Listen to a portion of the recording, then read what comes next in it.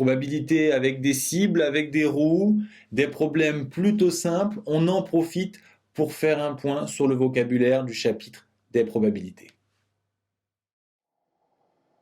Si vous avez affaire à des roues ou des cibles, on suppose la plupart du temps que la probabilité est proportionnelle à la taille de la zone. Si la zone représente la moitié de la roue, on a une chance sur deux de l'avoir. Ici, un quart de la roue, un quart. Et de la même façon, un huitième et un huitième pour ces portions. On suppose, quand on a affaire à des jeux de cibles, qu'on ne vise en général jamais hors de la cible et que les personnes ne savent pas vraiment viser et qu'elles ont autant de chances de viser n'importe quelle portion de la cible. Donc si vous avez une zone de 30 degrés, la probabilité de l'atteindre, puisque le tour complet c'est 360 degrés, la probabilité sera de 30 sur 360, autrement dit 1 sur 12.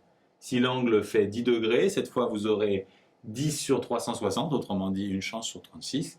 Et si vous avez un angle quelconque de A degrés, vous pouvez dire que la probabilité de l'atteindre, c'est A sur 360. Un exemple, on a ici une roue avec les gains associés à chacune des zones. Quelle est la probabilité de gagner 2 euros? Une chance sur 4. La probabilité de gagner 0 euros, on doit voir que c'est 3 huitièmes.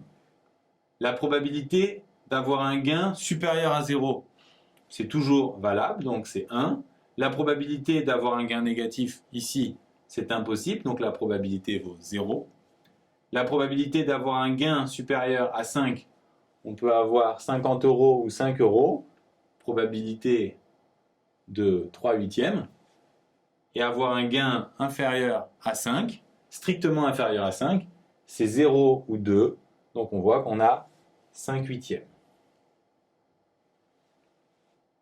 Comme cet exercice est très simple, on en profite pour faire un point sur tout le vocabulaire à connaître dans le chapitre des probabilités. Alors, les résultats 50, 2, 0 et 5 s'appellent les issues. Si on les écrit tous ensemble, on appelle ça l'univers de l'expérience. X égale 2 et x égale 0, on dit que c'est des événements élémentaires, car on ne peut pas les obtenir avec des événements plus petits. À la différence, par exemple, de P de x supérieur à 5, qui peut se décomposer en P de x égale 5 ou P de x égale 50. P de x supérieur à 5 et P de x égale 0 ne peuvent pas s'obtenir en même temps, on appelle ça des événements incompatibles. X strictement inférieur à 0, avoir un gain négatif, la probabilité est nulle, on appelle ça un événement impossible. X supérieur à 0, la probabilité est égale à 1, on appelle ça un événement certain. X supérieur égal à 5 et x strictement inférieur à 5, on a soit l'un, soit l'autre. On a déjà vu ce cas de figure, on appelle ça des événements contraires. Et enfin, un des mots de vocabulaire les plus importants, P de x égale 50 et P de x égale 2 ont même probabilité, on appelle ça des événements équiprobables.